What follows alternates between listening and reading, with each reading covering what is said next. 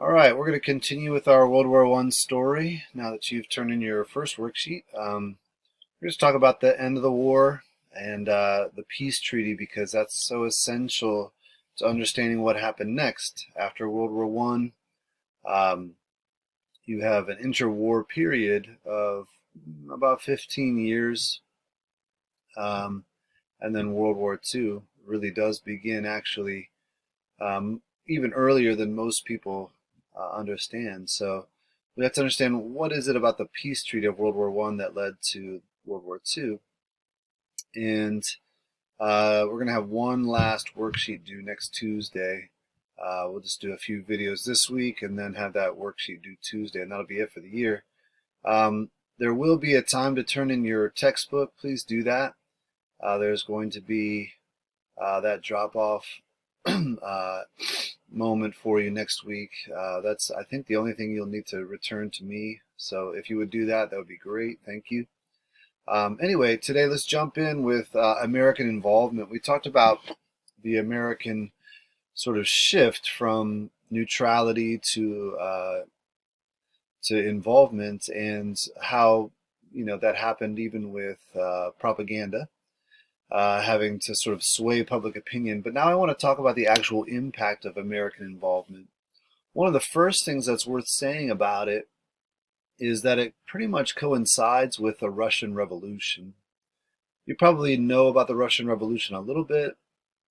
It used to be something that people covered their freshman year in English. I'm not sure if that's still true. You read a book called Animal Farm. I don't know if Mrs. Palmer is still doing that book, but the Russian Revolution is a fascinating story, and you could probably do like a whole course on the Russian Revolution. But one of the things that's worth saying for us is that this guy right here, in our picture of Vladimir Lenin, is really kind of essential to the whole storyline, and you would probably be correct if you said that he is the one who initiates the Russian Revolution.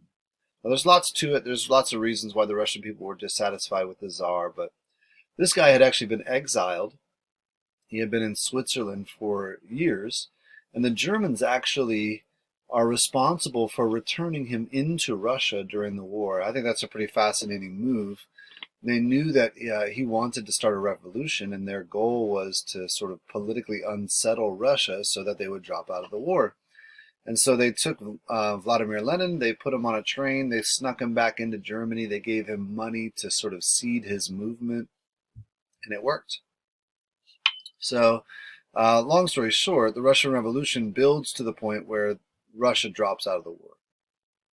And that's actually also a part of the initial American involvement in the war, because there were Americans, soldiers, sent to try to do a couple of things. One, protect Allied soldiers that were stranded as the Russian army withdrew. But there was also Americans involved in trying to help democratic forces win out during the Russian Revolution. Americans were successful in rescuing some of these Allied soldiers as the Russians retreated, but they were not successful, of course, in keeping Russia democratic or moving it towards democracy. Russia basically had a civil war, and the communist troops won.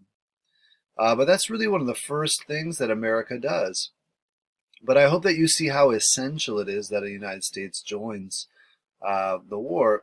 Essential from the standpoint of Allied victory and the way the results are, because it's true to say that if Russia drops out and Germany doesn't have to worry about two fronts anymore, and they're only going against England and France, Germany probably would win.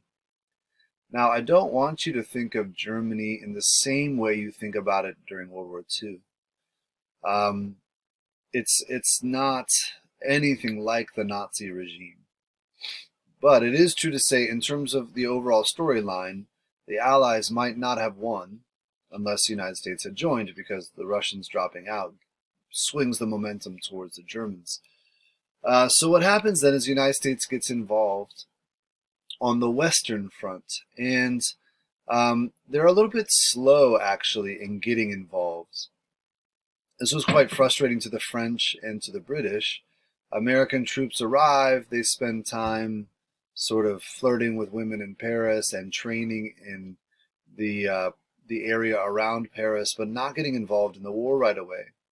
The Americans were very deliberate about their preparation, and the French and the British were advocating for just sort of using American troops to plug up holes in the Allied lines.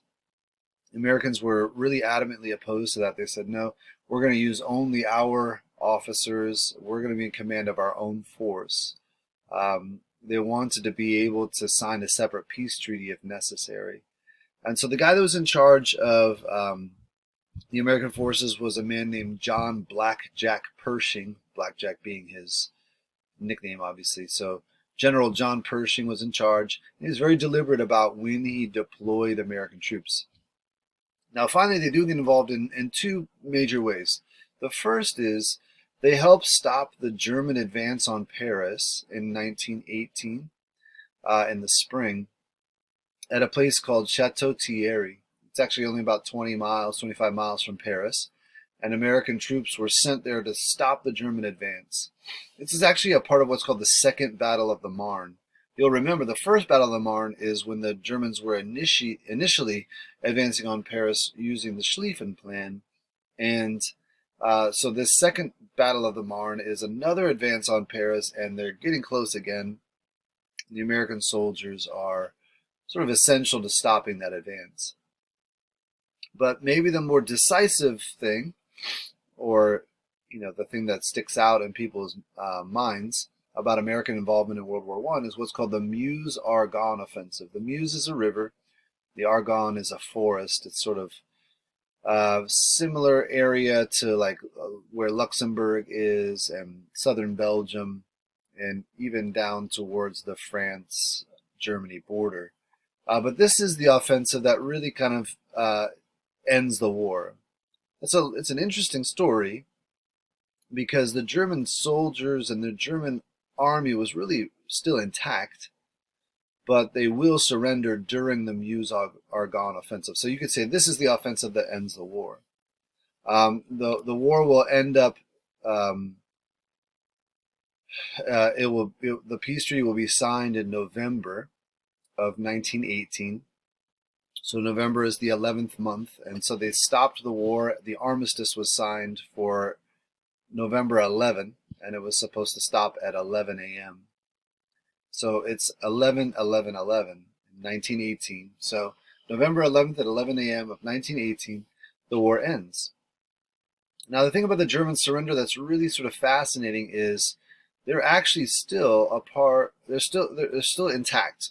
They're not really defeated. If we look at, for instance, this map, and we look at this yellow line with the edging, we'll notice that they're still in enemy territory. They're still occupying the Netherlands, Belgium, and into France, and then along the border with Germany. They surrender while still in enemy territory. That's a rather interesting part of the story. We have to ask ourselves, okay, if they haven't really been defeated yet, if they're not completely undone, if they're not disheveled and surrendering out of haste, if they're not really disorganized and retreating, then why are they surrendering? And here's a few reasons.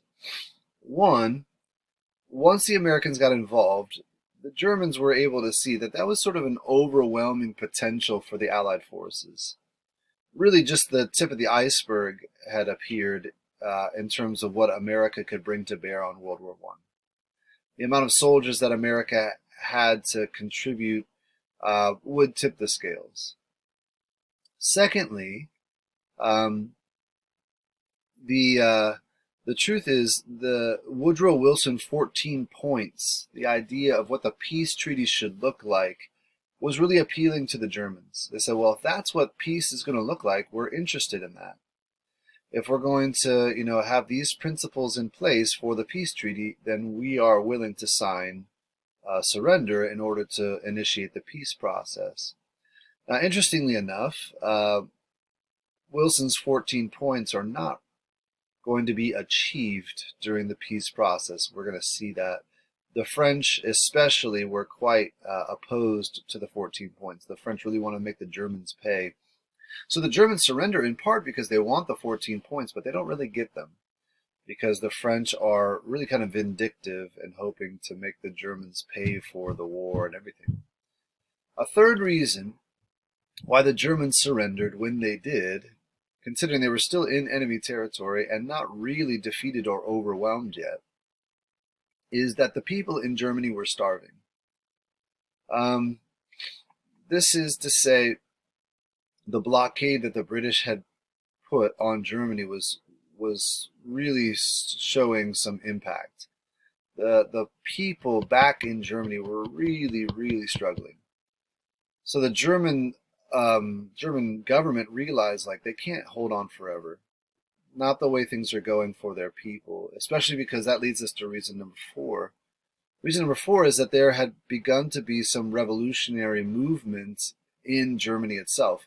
Communists were starting riots, socialists, various different groups that wanted to agitate to end the war were sort of whipping up public fervor and frustration against the war. And in the end, that made the war really kind of untenable. So here's the odd mix, right? The German army is intact. They're not defeated. But the German people wanted peace. At least a big enough group of them that the German government listened to it. This ends up being really controversial. A lot of Germans were very angered by this decision to seek peace. And some of those Germans are going to participate in the move towards World War II as it comes. Not the least of which is Adolf Hitler, who himself was a soldier during World War I and could not believe that the German government would seek peace. The peace treaty he thought was illegitimate. He thought that they had been stabbed in the back by basically 2 people groups. In his mind, he thought the communists agitating for revolution in Germany and also the Jewish people were to blame for Germany's defeat. And he couldn't wrap his mind around it any other way. So that's going to be important for our understanding of going from World War I to World War II. But largely, what we're seeing here is the American impact on World War II tips the scales.